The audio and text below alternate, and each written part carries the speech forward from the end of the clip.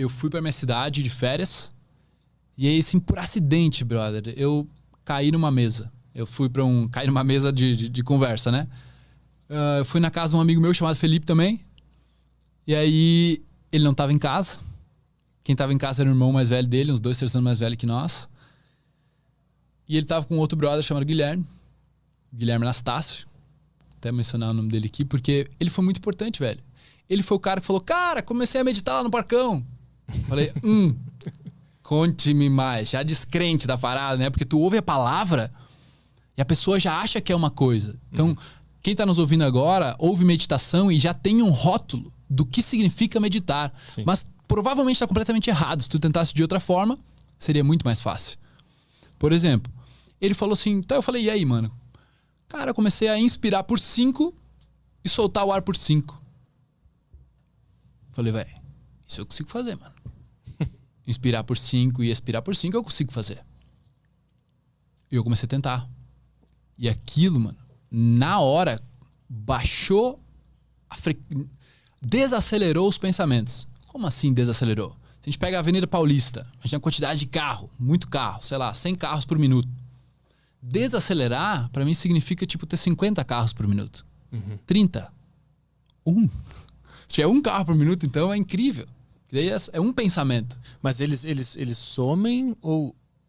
Se afasta. Ah, tu se afasta. Se afasta. Eles continuam lá. Eles continuam lá. Só que a mente não vê mais necessidade de criar tantos carros, já que tu não tá prestando atenção. Entendi. Entendeu? E ali, cara, foi meio um susto, assim. Aí eu voltei pra Santa Maria, tá? Tava na minha... como eu encontrei o poder do agora. O guia dele é, tipo... Como é que é? O subtítulo. Guia para um despertar espiritual, uma parada assim. E aí, beleza, eu tava andando, cara, na minha casa, olhei pro quarto da minha irmã morava em São Paulo na época, olhei pro quarto da minha irmã e tinha um livro verdinho, diferente. Cheguei perto, olhei assim de lado, o poder do agora. E o meu mentor, digamos assim, o Tyler, naquela época, ele falava do The Power of Now. Quando eu li o poder do agora, eu nunca nem tinha traduzido exatamente. Quando eu li o poder do agora, eu falei, caralho, brother, não pode ser. O que tá acontecendo? Como é que esse livro veio parar aqui, brother? Porque ninguém é espírita na minha família, ali na parte pai e mãe, sabe? Tem nada na minha família ali que traria esse livro pra cá. E eu liguei pra minha irmã, pô, mano, Nanda, qual é que é, mano? O que tá acontecendo que esse livro tá aqui? Eu comprei no aeroporto, esqueci aí, trouxe e deixei aí. E aquele livro comecei a ler, pesado, né, difícil, demorei meses pra ler ele. Só que quando eu comecei ele na minha cidade de Teutônia, e aí, quando eu tava lá em Santa Maria, mano, eu lembro exatamente. Tava sentado no lado esquerdo da cama de casal, assim, tá, um pé pra fora, outro pé na cama, com as mãos no livro, e aí eu tava lendo aquela parte de se dissociar da mente e tudo mais, e quando eu comecei a perceber, eu comecei a sentir uma vibração. Tipo assim, na minha mão eu conseguia sentir ela pulsando. E eu já não sabia se era o livro que tava pulsando, se era a mão que tava pulsando. Eu falei assim, nossa, que loucura. E eu comecei a sentir meu coração pulsando. Eu nunca tinha ouvido meu coração sem botar a mão, sem pegar pulso, entendeu? Com as mãos do livro, sentindo as mãos, o livro, sentindo meu coração. E eu tava pensando ao mesmo tempo. Falei, nossa, e nada era eu ali. Eu tava num espaço que tinha pensamento, tinha coração e tinha um negócio acontecendo com a minha mão e o livro. Falei, nossa, mano, é isso. Eu comecei a rir sozinho, velho. Eu tava muito feliz, cara. Tu lembra qual informação foi que despertou isso? Não lembro. Exatamente não lembro a frase, assim. Tem algumas intuições, se eu ler o livro de novo. Cara, mas foi muito incrível. Foi o meu grande despertar. Nunca vou esquecer. Mas nesse momento... Foi o espaço. Eu encontrei espaço, irmão. Entre os pensamentos. Sim, nesse momento tu encontrou o observador. Foi isso? Exatamente. Eu me tornei o observador. Isso. É porque isso é muito difícil de sacar o observador, né? Pra quem tá completamente afundado nos pensamentos hoje, é um conceito bem difícil de explicar o que é. Nesse momento tu conseguiu... Eu vivi, né? Ver o observador. Tem uma coisa... Eu era o observador, eu não vi o observador. Eu era o observador. Eu ainda tô um pouco antes, eu ainda não consegui... Porque eu fico pensando, se eu tô sentindo o observador, quem que tá sentindo o observador? Quem tá observando que tem um observador. Eu ainda tô nessa, não consegui acessar perfeitamente essa parte ainda. Sim, é porque a gente tá tentando ainda, através da mente, acessar. Uhum. E, cara, qual é o erro de pessoas inteligentes que pensam muito? Eu percebi o meu erro. Eu não quero me colocar como inteligente, mas eu penso muito. E o meu erro, cara, era tentar controlar a mente. Olha só, tem aquela velha história, né? Não pensa num cachorro azul. Uhum. Não pensa num cachorro azul. A mente, ela traz automaticamente o cachorro azul. Ela tá defendendo uma ideia, trazendo o cachorro azul à tona. E tu pensa, porra, como é que eu vou controlar isso? E eu percebi que a mente, ela é tipo um cavalo selvagem, a analogia que eu faço. E num cavalo chucro, né? Pra quem é do Rio Grande do Sul, um cavalo chucro mesmo, que tu não consegue chegar perto dele, que ele dá coice pra tudo que é lado e tal. Então, ele é chucro. Então ele tá ali, tá contigo, faz parte de ti. Tu precisa aprender a domar ele. Se tu quiser domar através da força, tu vai machucar ele e ele vai se virar contra ti assim que ele puder. Vai ficar mais agressivo ainda. Vai ficar mais agressivo ainda. E até às vezes tu pode colocar ele digamos, sob teu controle ali, mas... Não dura, né? Não dura. E eu comecei a entender, cara, eu preciso domar a mente. Eu preciso ser amigo dela. Preciso entender ela, preciso conhecer ela, preciso entender os mecanismos por trás.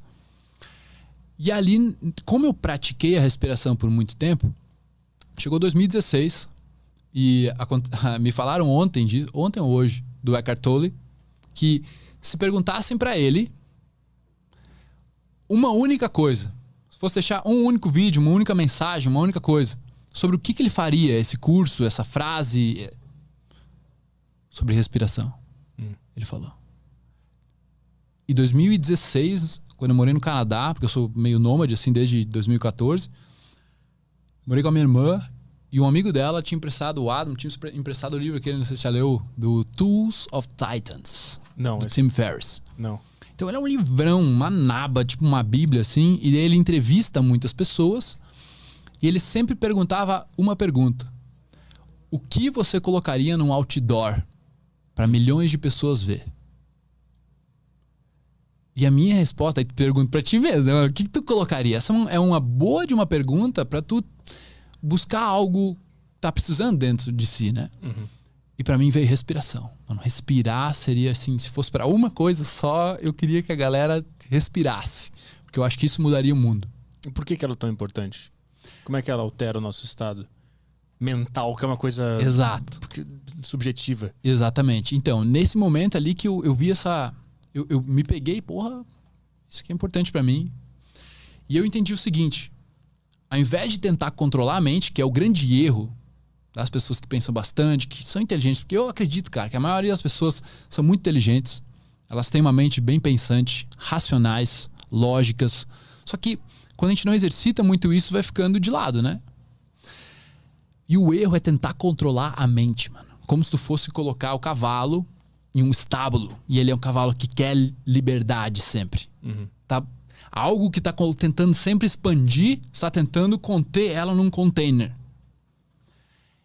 E a respiração era o que me dava espaço. E me colocava no estado de presença. E aí eu tenho hoje um significado de presença que assim que faz muito sentido pra mim. Eu recebi numa ayahuasca, assim, tá no meio de uma ayahuasca, tendo uma experiência muito feliz, assim, e me veio isso, que a presença é o espaço, ó, a presença é o espaço entre os significados.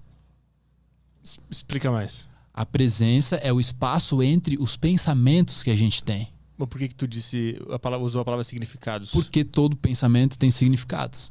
Então, pra eu variar, só pra galera poder entender, é o espaço, mano. O espaço que existe entre os significados, entre os pensamentos que a gente tem. Uhum. Sabe, digamos, entre um carro e outro na Avenida Paulista, tem um espaço. Quanto maior esse espaço, melhor tu vive. Hoje, pra mim, presença é um estado de sobrevivência. Mas por que é tão importante ter essa presença e por que esses significados eles são prejudiciais? Beleza. Então, pra mim é importante pra não enlouquecer. Eu vejo o mundo muito acelerado, tá sendo tudo é estímulo hoje para nos acelerar. Então, quando eu faço um tipo de respiração,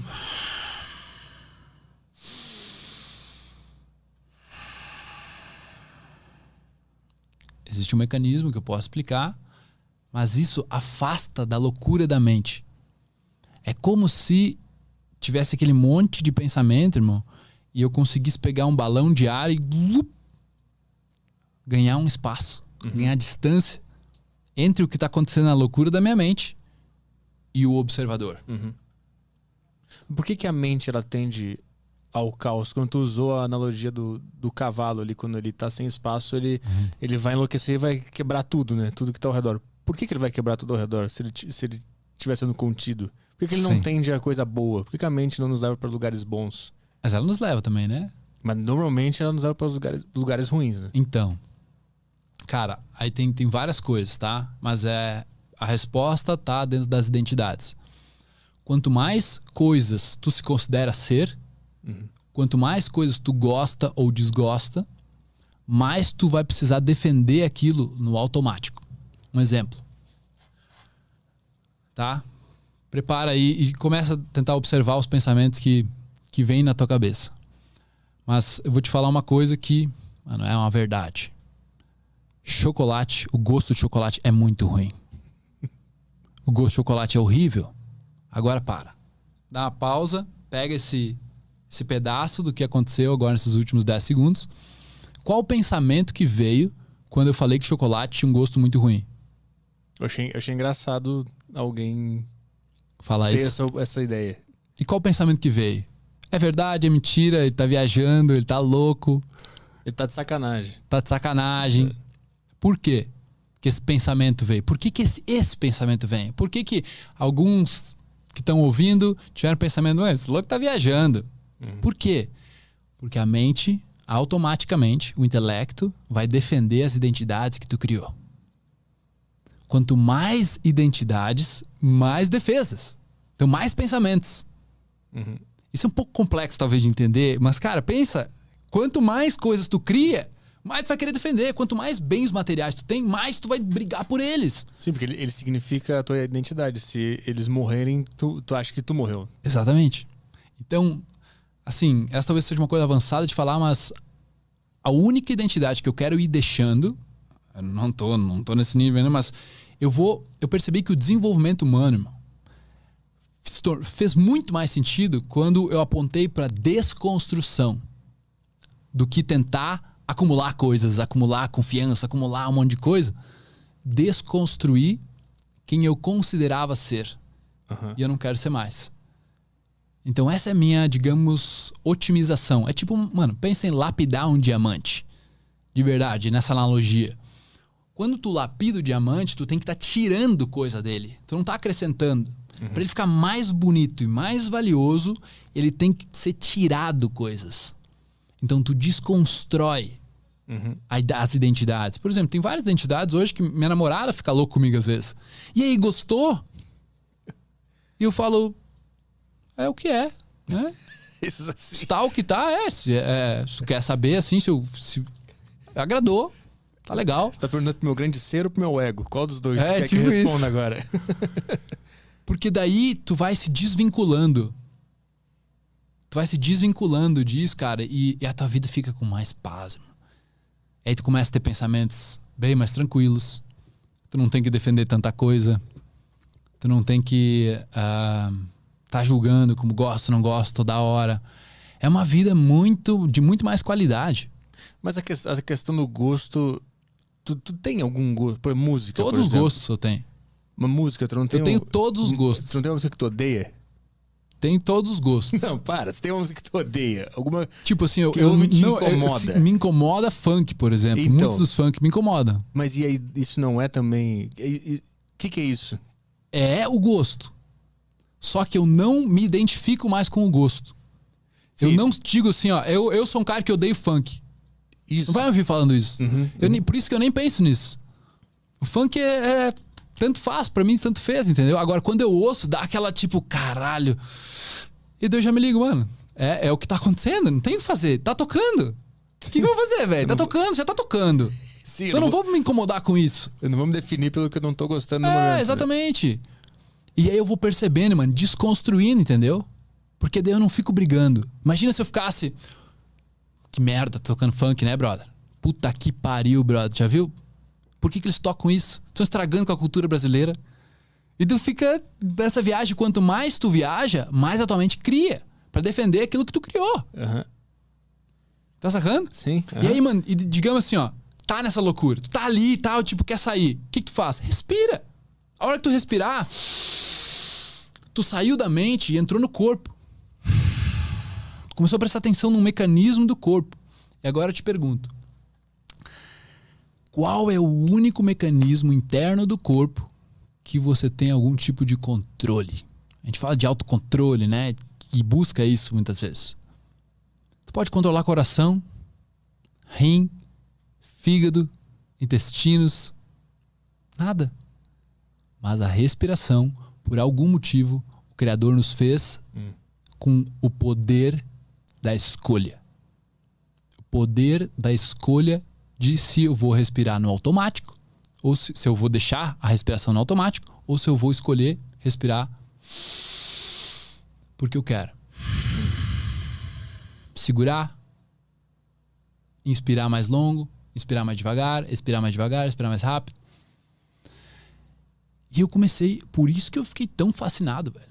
Porque eu falei, nossa, nenhum outro animal do planeta tem, provavelmente, tá? As baleias, o cara não sabe, né? Mas provavelmente nenhum outro animal do planeta tem essa capacidade de escolher quando respirar.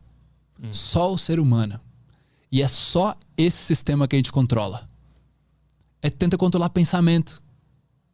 E o pensamento, velho, ele é um cavalo chucro.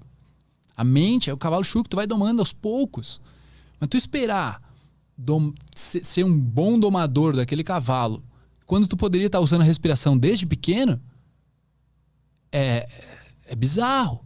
Você não saber do mecanismo de autocontrole que existe dentro da gente. E ninguém fala. Porque não é lucrável, mano. Não interessa pra farmácia.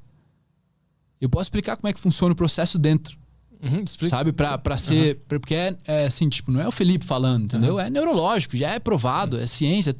De todas as formas já foi validado isso aí. Por exemplo, nós temos o que os neurocientistas chamam de um sistema nervoso autônomo, que tem a parte do simpático e o parasimpático. Tá? Simpático e parasimpático. Para não lembrar de nomes tão difíceis, imagina que tu tem um carro. Tu é um carro. Tem um acelerador, tu tem um freio. Carro automático. Tem acelerador, tem freio. Então, na maior parte do dia, tu quer acelerar. Tu quer estar ativo, tu quer fazer várias coisas, né? Então, tu quer acelerar, tu pisa no acelerador. Só que, aí tu tem uma curva para fazer. Digamos, tu tenha um podcast para fazer, tu tem uma live, tu tem uma conversa importante com um colaborador, tu tem uma conversa importante com a tua mulher, tu tem algo importante que quando tu tem uma curva que ela é muito fechada, tu vai tomar cuidado, tu vai frear, certo? Tu não vai acelerar. E o problema é esse. O problema é que quando a gente mais precisa dar uma acalmada, a gente acelera. Sem saber. Ou vem na inércia da aceleração anterior, né?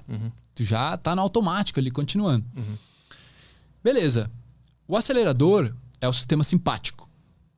Esse sistema simpático é conhecido na neurociência por ser um sistema de luta ou fuga, né? O fight and flight, se fala em inglês. Então, luta ou fuga é um sistema de sobrevivência. É um sistema que ele funciona à base de medo. Então, tipo, tô me sentindo ameaçado, já fica se cuidando, já fica vendo quem tá te julgando, o que tá acontecendo, se tem alguma coisa que pode te prejudicar. E muitas pessoas vivem nesse modo. E daí como que tu não vai ter ansiedade se tu tá no sistema nervoso da ansiedade? Como que tu não vai ficar estressado se o teu sistema nervoso que tu tá ativando dentro do dia inteiro, tu tá ativando o sistema nervoso de aceleração? Então não tem como a pessoa que hoje não entender como fazer isso ir por outro lado. E felizmente ou infelizmente, não existe um remédio hoje que ative o parasimpático, que é o sistema de freio. Só a respiração pode fazer. E esse sistema de freio, mano, ele é conhecido é um sistema do sono, é um sistema de regeneração, ele é um sistema onde tu ganha clareza mental, onde tu ganha, digamos, distância de alguns pensamentos. Então tu tem esse, tipo assim, eu chamo de zen acelerado. Eu acho que o ser humano, hoje, no momento que a gente quer ganhar dinheiro, a gente quer fazer acontecer, ter um relacionamento incrível, viver uma vida incrível, viajar, conhecer pessoas, conhecer lugares. E tem muito estímulo, cara. Tem muito estímulo, muito conteúdo, muito curso, muito podcast, muito tudo. Então, como que tu assume o controle ao invés de deixar o mundo assumir o controle sobre o teu sistema? Então, eu comecei a entender, cara, eu preciso assumir esse controle. Né? É por isso que muita gente hoje, por exemplo, tem dificuldade de dormir, tem dificuldade de concentração, porque eles estão sempre nesse sistema simpático e raramente vão para o sistema parasimpático. Tem dificuldade de digerir também. Então, o que eu entendi? Né? Fui estudar a fundo, fui entendendo, já praticava há muito tempo. Então, foi assim, nos últimos 2 anos, eu avancei nos meus estudos na neurociência, da respiração, sendo que eu praticava há 6 anos antes. Mas eu não entendia o porquê. Depois da parte da que eu despertei ali, 3 anos depois, ali pelo Tim Ferriss, em 2016, eu conheci o Wim Hof. Já fez a respiração dele? Não, mas eu conheço. Irmão, quando eu fiz aquilo ali, eu falei, nossa senhora, velho, isso é um superpoder. Porque até agora, por 6 anos ali, eu tinha ficado só me acalmando, entendendo os poderes da respiração para me afastar dos meus pensamentos ansiosos, estressantes, para sair da loucura, paranoia, tudo que eu tinha. E aí o Wim Hof veio pra, tipo, dizer, nossa, mano, eu consigo me ativar. Era mais gostoso do que droga. A sensação que te dá é literalmente que tu tá drogado de ar. Eu comecei, tem alguma coisa diferente disso aqui, cara. E aí começou todos esses meus estudos e eu comecei a entender. Voltando daí pra explicação da neurociência lá, sistemas simpático, parasimpático, acelerador e o zen.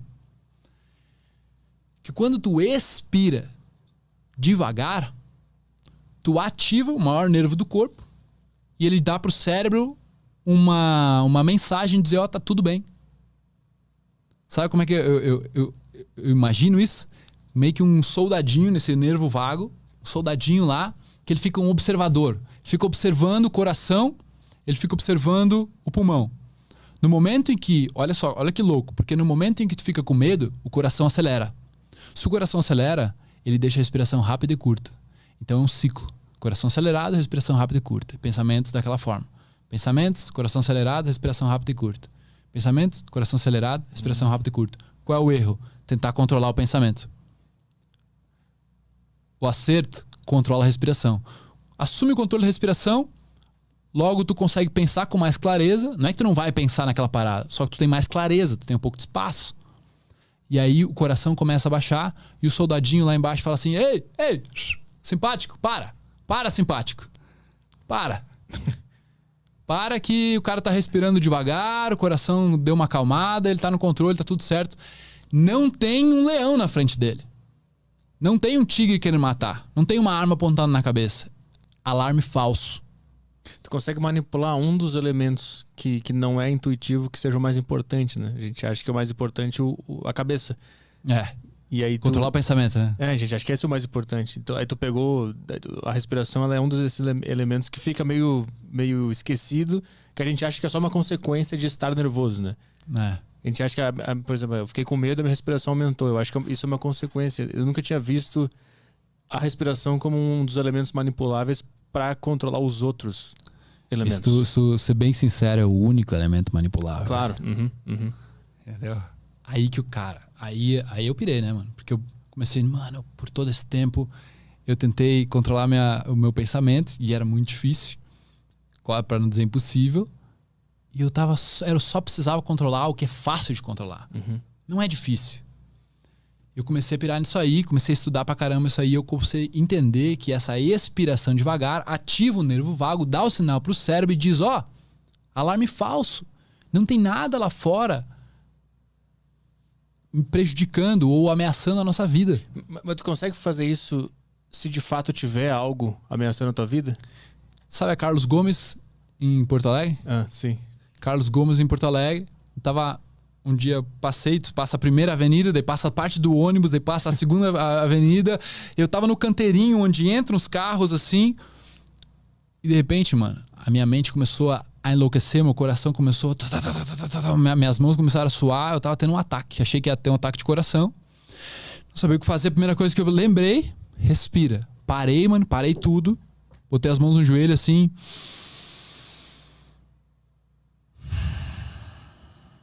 Assumi o controle da respiração. 30 segundos passou. Mas você estava tendo que um ataque de pânico pela movimentação? Não sei o que eu tava tendo, velho. Mas eu pergunto, foi do nada. Eu pergunto assim, se de fato tiver um cara dizendo vou te matar agora, será que tem como controlar? Com certeza. É a única coisa que tu vai ter como controlar, por mais difícil que seja. Sim. Porque aí tem aqueles caras que morrem meditando, né? O cara se coloca fogo em si mesmo meditando e o cara não sente nada. Tem um monte de história assim, né? Que seria ele tá numa situação extrema. Que de fato tem. É porque ele se absteve do corpo, né? Da dor ali. Isso. Porque de fato naquele momento tem algo que tá ameaçando ele, né? Nesses exemplos que a gente tá falando, não tem, a nossa mente acha que tem, né?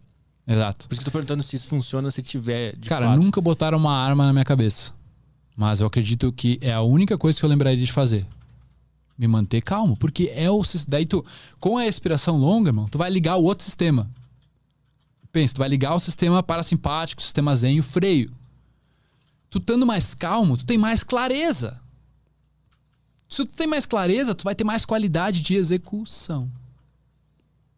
E tem como fazer o contrário também, porque em alguns momentos é bom estar ativo, né? Claro. E como é que funciona? Em quais momentos aí tu vai respirar, tipo assim, tá com preguiça. É provado já cientificamente que há um tipo de respiração que a gente faz rápido, tipo...